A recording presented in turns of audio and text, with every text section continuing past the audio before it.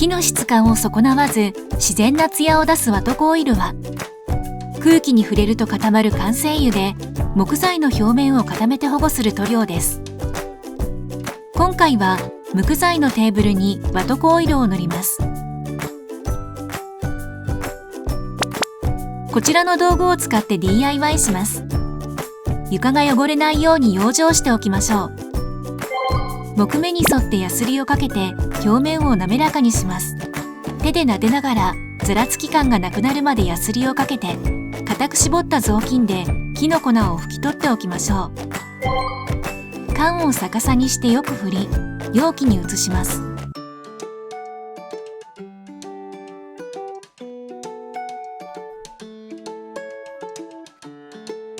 缶の蓋はしっかり閉じておきましょう。ハケにワトコオイルを多めにつけ、全体の塗布量が均一になるようにしっかりと塗っていきましょう。全体に塗ったら15分から30分ほど置き、オイルを浸透させます。時間を置いた後は表面に残ったオイルを拭き取り、ベタつきがなくなるまで1時間ほど乾かします。使用後のウエスはそのまま捨てると自然発火の恐れがあるので、水に浸してから捨てましょう。1時間経ったら2回目を塗っていきます。